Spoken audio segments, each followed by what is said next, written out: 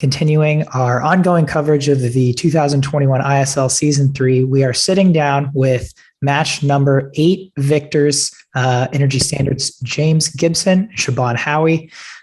James, I'd like to start with you. Just coming into this match, knowing that you were facing London, especially now that they have Kyle Chalmers and Emma McKeon, tactically, were there certain events that you were targeting or had to approach differently from other matches?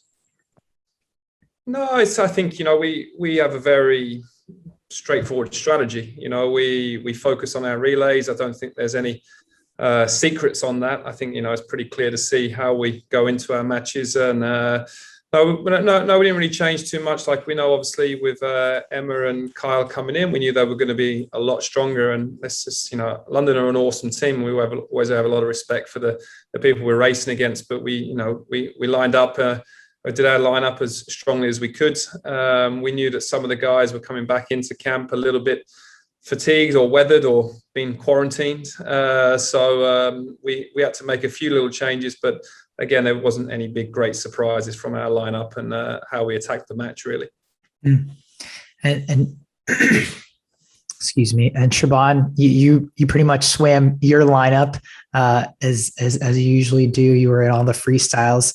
Do you ever want to branch out to any of the other strokes or events besides 50 through 400 free? Well, I always like swimming freestyle, so that's definitely my first choice. And I actually used to do breaststroke even before college. So, and I think season 1 of ISL, when I was on DC Trident, I swam the 50 breast for them. But I mean, we have an amazing team where I feel like all the spots are covered. So unless they really, really, really need me in other places, otherwise, I think I'll be sticking with freestyle. Fair enough. Can't argue with that. It seems like you've had some pretty good success. You won your 12th, I think, 200 freestyle in ISL history in this match. I mean, how did that feel, knowing that was your 12th win in that event? It's been an event you've just been completely dominant in. Yeah, well, I mean, I didn't really realize that was my 12th win in the 2 free until afterwards someone told me. But yeah, I just treat every race as like it's my important race, and I just try to go all out and see what I can do. I never really, think too much when I'm going into it, but 200 freestyle is always one of my best events. And I really like swimming at short course because it's kind of like a sprint, but also like a middle distance race. But so I think there's a lot of strategy that everyone has, like a different strategy going into like the 2 free, but that's why I think it makes it so much fun, and I really enjoy racing it. And then back to the freestyle races for James, you kind of unexpectedly got another freestyle ace in Sarah Sjostrom back. She had returned home to Sweden to stick with her training. And then her elbow was doing perfect. And so she got to come back and race. How did that change the dynamic for you guys both, just in the pool? Obviously you have another very strong swimmer you get to stick in the lineup. And then also, she's your Energy Standard co-captain. Sarah's trip home was always planned. She was still essentially a rehabbing athlete all the way through until, well, she still is to a certain degree, to be honest. And that was all planned. She had medical appointments at home, and she sent me a photo of an x-ray. It was very last minute last week, the x-ray, and the doctors gave her the all clear to sort of, she could up her training load. And she posed a question to the medical staff and the medical team whether, that she could come back and race. And they gave her the all clear. But obviously, we have to look after the athletes first and foremost, their health and well-being. That's our priority. But when the doctors and the medical team said she could come back, obviously we welcomed her back with open arms because she's a good point scorer like Siobhan. But it didn't really change a huge amount in our lineup for the last match, because Femke Heemskerk was always going to come in as a relay only swimmer. Being the first match, I have to be fair to the guys that have been here all the way, like Florent and Femke came in as relay only. So even if we didn't have Sarah, we would have. We have got 2 other great freestylers that would have filled in those roles. So for the next match, we will make a few changes. There'll be a few little things different in our team lineup, but we'll obviously release that at the appropriate time. I was going to ask you about that. So I guess trying to shape it in a way where you don't have to give away all your secrets, but looking forward to this next and final regular season match. You're swimming against two of the best teams in the league in London and Toronto, both who have had match wins over the course of this season. As the general manager, do you have to tweak things for that? Do you prepare your athletes any differently than for another regular season match, especially given that it is heading into a period where they're going to have a month away from the ISL? No, there's no different approach to the way we approach every match, and we like to win. I think that's common in all team sport, and we like to be on top. So it's been actually a real pleasure for us to race such good opposition. Toronto and London are two of the strongest teams in the league. The last match we had 3 of the top 4 from last year all competing. So we haven't had any kind of soft matches per se, really, and it keeps you honest. It keeps everyone like we have to get the guys recovered. The only priority we've had post our match 3 was just to get everyone recovered. And, sorry, messages are coming through. But the athletes all get fatigued. Fatigue builds up, and these last 2 or 3 days, we just want to make sure we get them in. We swim out, we get all the fatigue out of their system, so they're ready to go on Thursday and Friday. Yeah, on that topic of recovery, Siobhan, how have you felt like you've transitioned into this ISL regular season, just coming off of the Olympics, only having those few weeks in between, and then getting right back into racing? Yeah, at first I wasn't really sure how I would perform at ISL, just because I did swim a lot of events in Tokyo and a lot of races, and after we got back, actually in Hong Kong, we had the 7-day quarantine. Typically it's a 21-day, but then the government kind of gave us an exemption. So even having a 7-day quarantine, it's still quarantine. We were locked in a hotel room and couldn't really do too much. So I really try to use that time to sleep and recover as much as I can. And then after that, I took like a few more days off from the pool. And then I had 1 week of just training and also a lot of functions and events at home, like welcome receptions and meets and greets. And so it was kind of a hectic week before I actually left for ISL. So heading into ISL, I didn't really know how in shape I would be. But coming into Naples, seeing the team again and getting to train with them and explore the city with everyone, it's just been a great experience. It's so much fun and I'm really enjoying myself. And so I think that definitely helps, because it makes me feel like I'm not actually here to race. I'm here to like enjoy the whole team atmosphere, enjoy the city. And so it puts me and the rest of the team in a really good mood, and we're training outside and having fun. And so I think that definitely helped. Even though I didn't take too much of a break after Tokyo, I'm still in good spirits and I am enjoying what I'm doing. I think that's the most important thing. Yeah, that week of quarantine where you were able to just rest and kind of recover and catch up from the Olympics, emotionally, were you able to kind of sift through or process the experience of Tokyo, and especially winning 2 silver medals? Yeah, I think even when I was still in Tokyo, I couldn't really process what happened, just because everything kind of happened really quickly after my 200 free. I really want to enjoy and celebrate my silver medal, but then I had the 100 free that evening. And so I felt like I couldn't really fully enjoy when I was in Tokyo. But after that, I definitely had time to reflect on what happened and go through all the messages that people have been sending me. And, it's just a great moment. And I think, especially with how well Hong Kong did at this Olympics, we had 5 medals. And it's the best Olympics we've ever had. And just seeing the amount of support that Hong Kong people are giving their athletes is amazing. And I think, that definitely encouraged me to keep moving forward. Yeah. Do you feel like that that feeling, that perception, or just that kind of an accomplishment in your career? Do you feel like you've carried something with that or from that forward with you into this ISL season?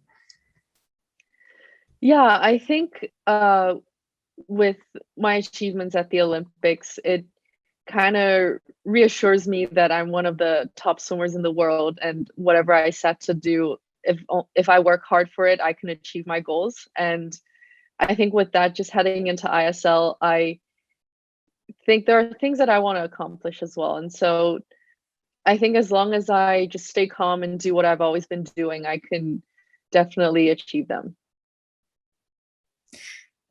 It seems like it so far, at least in ISL. It seems like things have been going well. That's really cool to hear.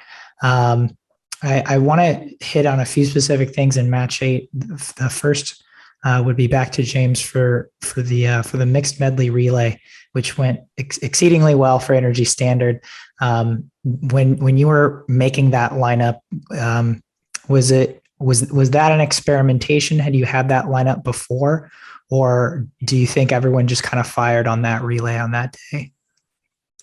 Well, the mixed medley relay, that's dictated by the skins, really. I know we traditionally we like to rest our skin swimmers because we know that the amount of points that goes on the last bit. So for us, the medley relay is dictated by the skins, and this time it was women's backstroke and it was men's butterfly. So you can kind of play with your lineup as is, but if you stick Ben Proud into a mixed relay, he's going to be paying for it about 10 minutes later. And also Siobhan's got the 200 free just beforehand, so you've got to be inventive with the lineup, and it's always best to have a fresh athlete go in if they're as fresh as possible. That's there are some short turnarounds, like Siobhan experienced it, women's 4x100 free relay. You've got 5 minutes. Then she's back on the block doing the 50 free. It was in the first 2 matches. So there are some tight turnarounds, but we tend to try and choose some people that are fresh. They can go into those relays that are fresh. And we knew that London, we knew their lineup, what they had previously, and we kind of predicted that. And we knew Kyle was on obviously great form. And we actually said to Fem and Sarah, there's a guy that's going to be charging down. Just keep an eye on him. Don't let him get too close. And I said, but we also mentioned that sometimes these men, they get close, but in the last 10 meters, the women actually pull away because they're big, heavy guys and they sink at the end of the races. So we said, don't worry too much, but he will be coming. But it couldn't have gone any better. We got first and third in that relay. And obviously we got some big jackpot points, which I'm expecting a question on in a bit as well. Okay, well, let's just get to it then. The jackpots, we reported on it. We've discussed it. Our commenters love talking about it. I'll just ask this: is there something you would do differently with the scoring, just from the jackpot perspective, as opposed to just a regular scoring or a jackpot, or would you just have it go back to just a regular score? There's 3 options there. Well, firstly, just the article that you wrote yesterday, it was just a touch out of context, because what I did say in the interview was I was talking about the jackpot when Benny got beat by 2 100ths or 3 100ths of a second, but the points differential was huge. You can just touch the wall just behind, but then you're like, oh, how did I end up getting 15 points less, just even though it was a great performance? Like, I think there's a lot of merit in the jackpot system. There is a lot of merit in showing off the great athletes and the great swims, like Ilya Shimanovic getting close to the world record. You're going to get these extra points. I think there is merit in that. But what at that moment in time when you're in the middle of the match and emotions are flowing, and you see, damn, we missed that by 2 100ths, and we're not quite getting the reward that we feel like we deserved on that. But to do something, I think what the ISL does very well is you're trying to push boundaries and bring new things to the table and show new systems and new rules to try and make the sport engaging for the spectator. So as for changing anything, I wouldn't change too much, but I'd like to obviously make sure that we're on the right side of some of the points scores, which we were in the last match. And as you've reported, we might not have won that match on the old system, but there's at least it's competitive. I think the most important thing is the events are competitive, and so far, we've seen Toronto get a match win and also be competitive in all their matches, and that's where the sport is interesting. And when you win as a team, if you win by 200 or 300 points, it feels a bit routine. But I think when you see Siobhan in some of the pictures screaming her head off in the stands at the end, and when you win the tight ones, it feels amazing. Even if it's regular season or playoffs or finals, you want to be in the mix and you want it to be tight and you want all the teams to be competitive, because that makes the show slightly better. I couldn't agree more with everything you just said. I think our article was a little too pointed towards you, and I was like, come on, guys. But I think that's a really good point, that the jackpot system doesn't account for how close the race is for first or second. It just rewards the winner, right? As opposed to if the winner blows someone out compared to if they win a very tight race. It's an interesting point. Look, Coleman, we're here talking about it. It's good. It's a discussion point. I've seen in your article there's 50 odd, 60 odd comments on there now. And if we can create these discussions, it means that we're talking about swimming. And, that's the same thing in NBA, NFL. There's the post-match, the talk, the what ifs. And I think these things, anything that can create a debate or a discussion, it's worthwhile. I couldn't agree more. And I think the ISL has done such a fantastic job of that. Siobhan as an athlete, especially as someone who swims the 400, which there's been a ton of strategy thrown into that. Are jackpot points something that changes the way you prepare or approach your racing at all in the ISL, especially with that 400? And if you could, just comment on your mindset heading into a 400.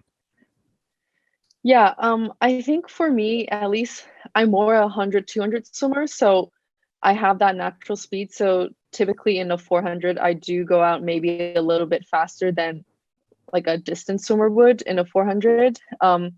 So I think, to me, it doesn't, like with the new rules in the 400, it doesn't make too much of a difference in the way I swim it, because I just typically go out fast in a 400 anyways. But I think for like a swimmer who is more of a distance oriented, they have to go like really hard in the first 100 in order to get extra points. So I think everyone swims the 400 differently, and so it definitely affects other people and the way that they prepare for this race. But in terms of like the 100 or 200, I don't think, at least the way I swim it, it's with or without the jackpot, I'm just going to go all out and see how fast I can go and see how many points I can get. At the end of the day, it's a rule that's there, and my job is to swim the fastest that I can and score as many points as I can for the team. And so, I don't know if I can change anything or if we should change anything, but as a swimmer, like, my goal is to swim as fast as I can. Yeah. Can't argue with that. And then, as James was mentioning earlier, in terms of some of these tight turnarounds that you have, such as the 400 free relay right into the women's 50 freestyle, as this regular season has progressed, have you felt like you've adapted to those quick doubles more and more, or is there anything specific you do in training or at the matches to kind of get yourself more and more prepped to have those kinds of doubles? I think since this is my third year in ISL, I'm getting more and more used to the fact that I have to swim a lot of races in a very short amount of time. And I think every year I just get better in preparing for many races in 2 hours. But I think this is the first time that I had the 4x1 free relay and then the 50 free where I have maybe 10 minutes, 5 minutes max.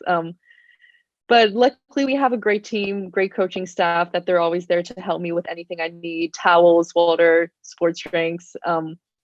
And yeah, I always want to make sure that I have time to at least do 100 or 200 warm down in between my races, because I think that helps with my legs and lactic acid. But yeah, I kind of just treat it like a race pace practice. You have 2 rounds and you have 10 minutes in between, and you do whatever you can to recover as quickly as possible and to swim again.